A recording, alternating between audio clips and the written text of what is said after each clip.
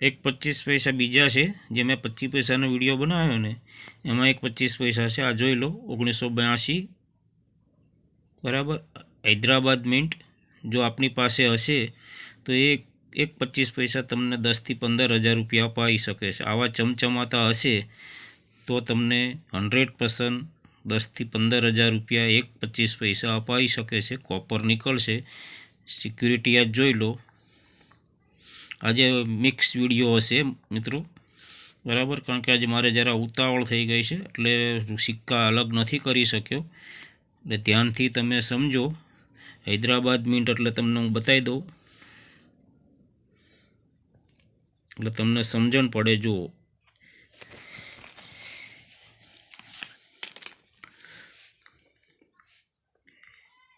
आ you तमने आमा चोख्खुं देखाय छे।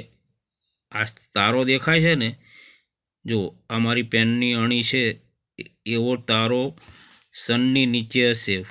आमां तमने देखाय छे ने, जो अहींया वच्चे देखाय छे त्यां आवशे बराबर। 1982 ની વચ્ચે જે દેખાય છે મિન્ટ એ મિન્ટ મારશે। हैदराबाद છે પણ તમને આ કેમેરામાં નથી દેખાતું એટલે તમને હું કહી શકું છું। આવા એશિયન ગેમવાળા 25 પૈસા જોઈ લો ધ્યાનથી। નવમ એશિયન ખેલ एक 25 पैसा तमने 10 થી 15,000 रुपया अपाई शके छे।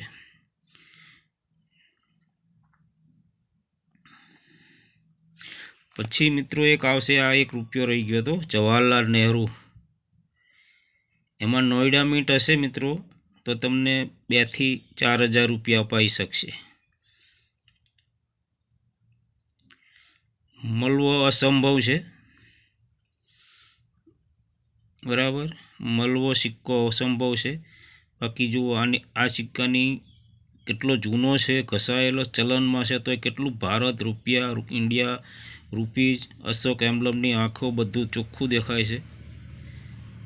सिक्योरिटी आज पण जोई लो। जवाहरलाल नेहरू बराबर। 1989 ની नीचे जे मुंबई है त्यां नोएडा मिंट हशे तो तमने 2 થી 4,000 रुपया अपाई शके छे। जी हाँ, आपने सही सुना मित्रों बराबर। पछी बीजा सिक्का तमने बताई दऊँ। काले मैं तमने विडियो कीधो तो ने डब्बू कॉइन आ जुओ તમે જોશો એટલે ખ્યાલ આવશે। એ સિક્કાને મને આ સિક્કા ત્રણેય જુઓ, આનું વજન 6 ગ્રામ છે। આ સિક્કો મોટો છે એટલે આને ડબ્બુ કોઈન કહેવામાં આવે છે બરાબર। જો આમાં અશોક સ્તંભ મોટો છે, આમાં અશોક સ્તંભ નાનો છે। આને ડબ્બુ કોઈન ગમે ત્યારે વિડીયોમાં બોલું તો આ ડબ્બુ કોઈન બરાબર। जो सिक्का में पण वेरायटीओ आवे छे। सिक्को फाटी गयो छे, मारी पासे चलन मांथी आवेलो छे, मैं कंई कर्युं नथी। जोई ले बराबर। 6 ग्राम वजन से 1991 जो मिंट आ मिंट एरर कहेवाय। आयाथी धातु जती रही है, नहीं छापवामां गमे ते थयुं होय। जोई लो आवी आवी नानी नानी बारीकिया सिक्का में मळे बराबर। जाजा नहीं 100 रुपया अपाई शके। 1 रुपयो आपने 1991 है। आ मिंट नहीं एटले जोई लो। तमने ये ख्याल आवशे कि आ 1991 कोई ज कांई नीचे नहीं, प्लेन है एटले आ कलकत्ता कहेवाय। गमे त्यारे हूँ बोलूँ कलकत्ता तो आ मिंट नीचे होय एटले तमे समझो बराबर। हूँ तमने शुद्ध समझण पाड़ी दो।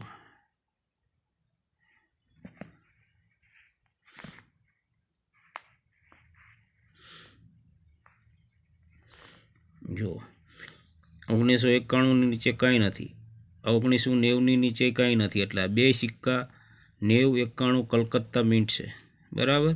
એટલે તમને એ જ ખ્યાલ આવી ગયો.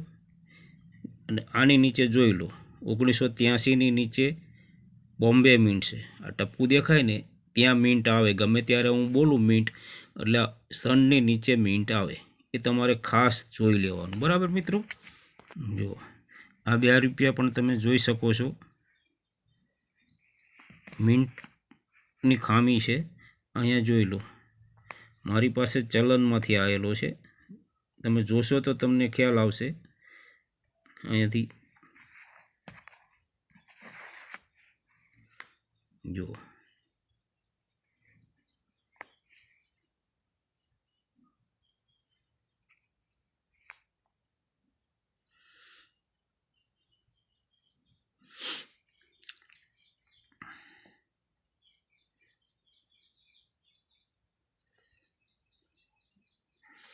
સિક્કા તો મિત્રો મારી પાસે કેટલા બધા છે. તમે જોશો ને તો તમને અહીંયામાં આવશે કે ના, પણ ફુરસદ નથી રહેતી.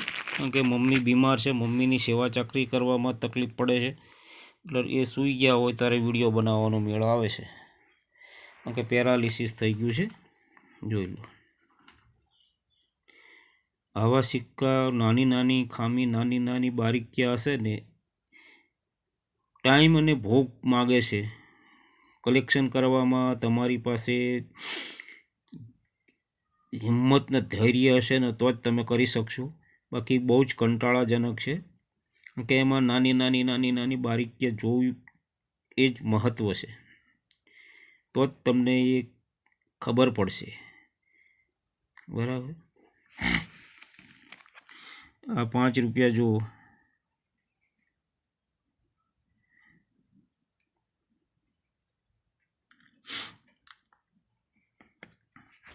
હા મિત્રો, એક તમને કહેવાનું ભૂલી ગયો. આઝાદીનો અમૃત મહોત્સવ 1 રૂપિયો છે. આવો 1 રૂપિયો તમારે 2021નો જોઈએ, મુંબઈ મિન્ટ, બરાબર. આ 1 રૂપિયો આઝાદીના અમૃત મહોત્સવ સ્ટીલમાં છપાયેલો છે.